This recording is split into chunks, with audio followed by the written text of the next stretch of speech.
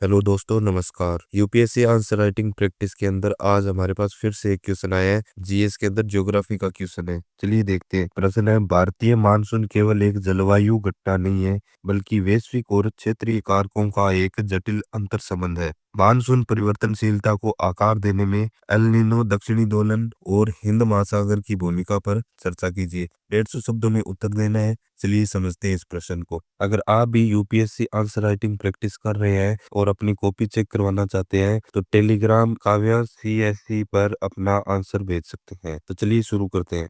भूमिका में शुरुआत की गई है। भारतीय मानसून केवल एक क्षेत्रीय घटना नहीं है बल्कि वैश्विक और क्षेत्रीय कारकों का एक जटिल अंतर संबंध है। मानसून परिवर्तनशीलता को आकार देने में इंसो और आईओडी की बड़ी भूमिका है। तो दोस्तों, हमने पिछले वीडियो में भी बात की थी कि जैसे कि हम भूमिका से शुरुआत करते हैं तो प्रश्न की लाइनों को एज इट इज हमें कॉपी पेस्ट नहीं करना होता है, जैसे हमने पहले वाले प्रश्न में भी देखा था। उसी प्रकार इस प्रश्न में भी शुरुआत की गई है कि भारतीय मानसून केवल एक क्षेत्रीय घटना नहीं है बल्कि वैश्विक और क्षेत्रीय कारकों का एक जटिल अंतर संबंध है। मानसून की परिवर्तनशीलता को आकार देने में इंसो और आईओडी की बड़ी भूमिका है। तो इस पूरी भूमिका पर नजर लगाइए और देखिए कि इसमें प्रश्न से और हटके इसमें क्या लिखा हुआ है। इसमें बड़ी भूमिका है, ये एक लाइन लिखी हुई, इसके अलावा इसमें कोई अन्य बात नहीं लिखी हुई।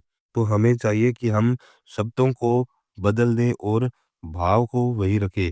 हमारा भाव है वो नहीं बदलना चाहिए और शब्द और वाक्य हम फेर बदल करके लिखे।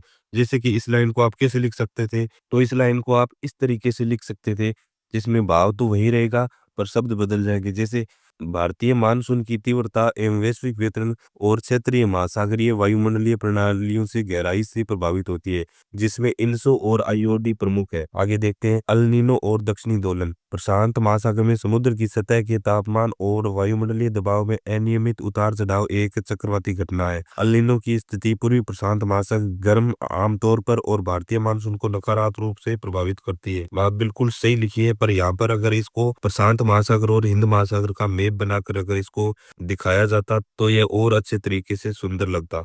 आगे देखते हैं। जिससे भारत में कम वर्षा, सूखा पड़ता है। यह भारत के ऊपर उतरती हवाओं और उच्च दबाव की स्थिति बनाता है जो मानसूनी हवाओं को कमजोर करता है। ला नीना की स्थिति भारतीय मानसून के लिए अनुकूल होती है, जिसे औसत से अधिक वर्षा प्राप्त होती है। यह तथ्य सत्य है। आप इसको सौर कलंक से संबंधित करके अल नीनो और ला नीनो इनको चक्रीय रूप में दर्शा सकते हैं और विश्व का मानचित्र बना के इसको और अच्छे तरीके से प्रस्तुत किया जा सकता था, परंतु यहाँ पर मानचित्र का प्रयोग नहीं किया गया है। आगे देखते हैं। हिंद महासागर द्विध्रुव। आईओडी हिंद महासागर के पूर्वी और पश्चिमी हिस्सों के बीच समुद्र के सतह के तापमान के अंतर को संदर्भित करता है। बिल्कुल सटीक लाइन, एकदम पॉजिटिव। आईओडी पश्चिमी हिंद महासागर पूर्वी की तुलना में गर्म भारतीय मानसून के लिए अनुकूल है और अच्छी वर्षा से जुड़ा हुआ है। उदाहरण के लिए 2019 में कमजोर अल नीनो के बावजूद एक मजबूत सकारात्मक आईओडी ने लगभग सामान्य मानसून वर्षा की थी।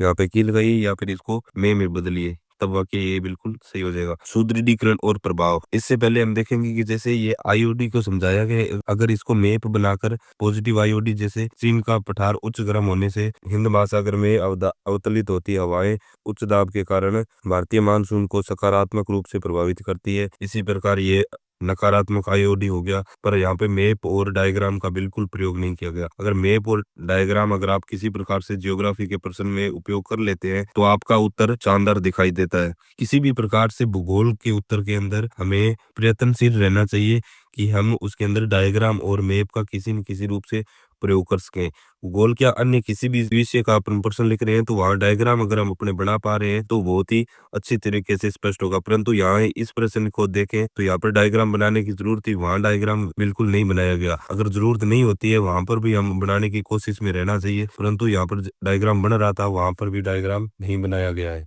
नकारात्मक आईओडी और अल नीनो का साथ होना सूखे के कारण बन सकता है। बिल्कुल ठीक बात लिखी गई है। आगे देखते हैं।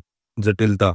इनका संबंध जटिल और हमेशा रैखिक नहीं होता। कभी कभी आईओडी घटनाएं इंसो से स्वतंत्र रूप से भी हो सकती है। निष्कर्ष देखें तो इंसो और आईओडी दोनों ही भारतीय मानसून की वर्ष दर वर्ष परिवर्तनशीलता में प्रमुख भूमिका निभाते हैं। जहाँ अल नीनो आमतौर पर मानसूनी वर्षा को कमतर करता है, वहीं सकारात्मक आईओडी से बढ़ाता है, जिससे इन वैश्विक और क्षेत्रीय जलवायु चालकों के संयोजन के आधार पर वर्षा के पैटर्न में बदलाव होते हैं। निष्कर्ष एकदम सटीक लिखा गया है और प्रभावी है ओवरऑल इस प्रश्न की बात करें तो निष्कर्ष है अच्छा और सुंदर लिखा गया है। भूमिका में काफी सुधार करने की आवश्यकता है। भूमिका को अच्छे तरीके से प्रस्तुत किया जाना चाहिए, क्योंकि जहां से शुरुआत होती है उसी के ऊपर प्रश्न का आधार टिका होता है। तो प्रश्न की शुरुआत हमें एक मजबूत भूमिका के साथ करनी चाहिए। बात करें मुख्य भाग की, मुख्य भाग बिल्कुल ठीक लिखा गया, अच्छा लिखा गया है, परंतु यहाँ पे क्या नहीं किया गया, डायग्राम और मैप का प्रयोग बिल्कुल नहीं किया गया। तो आपको हमेशा प्रयत्नशील रहना चाहिए कि भूगोल के प्रश्न के अंदर डायग्राम और मैप जरूर जरूर बनानी चाहिए। वैसे यह उत्तर है, बिल्कुल प्रश्न की मांग के अनुरूप बना हुआ है और शानदार लिखा गया है,